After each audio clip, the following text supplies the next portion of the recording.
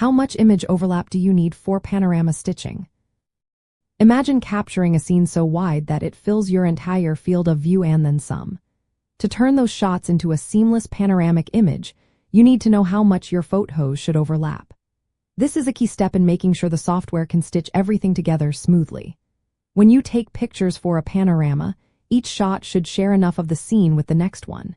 If the overlap is too small, the software might struggle to find matching points. If it's too large, you end up with extra images and longer processing times. The sweet spot is usually between 30% and 40% overlap. This means each photo shares about a third to nearly half of its content with the next. For example, if your photo is 100 pixels wide, you want about 30 to 40 pixels of overlap. This amount gives the software enough common detail to align the images accurately. Many photographers and Adobe's own guidance recommend aiming for around 40% overlap. This extra buffer helps when scenes have fewer distinct features or when using wide-angle lenses that distort the scene. Sometimes, especially in tricky situations like astrophotography or repetitive patterns, you might want even more overlap. Up to 50 or 60% can give the stitching software more data to work with. But keep in mind, more overlap means more images and longer processing times. When shooting for a panorama in Adobe Photoshop or Lightroom, it's best to use a tripod.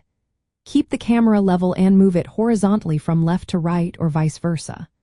Overlap each shot by about 30 to 40%, maintaining consistent exposure, focus, and white balance. This consistency helps avoid visible seams or mismatched areas. Once you import your images into Photoshop, the Photo Merge tool detects overlapping features to align everything. If the overlap is less than 15%, the software might not be able to stitch automatically.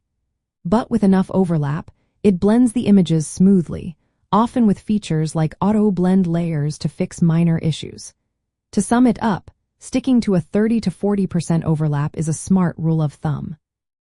It balances capturing enough shared detail for accurate stitching while keeping your shooting process efficient. Adjust higher if your scene is complex or if you want extra assurance, but remember that more images mean longer processing times. Following these guidelines will help you create stunning panoramic images with professional-looking results every time.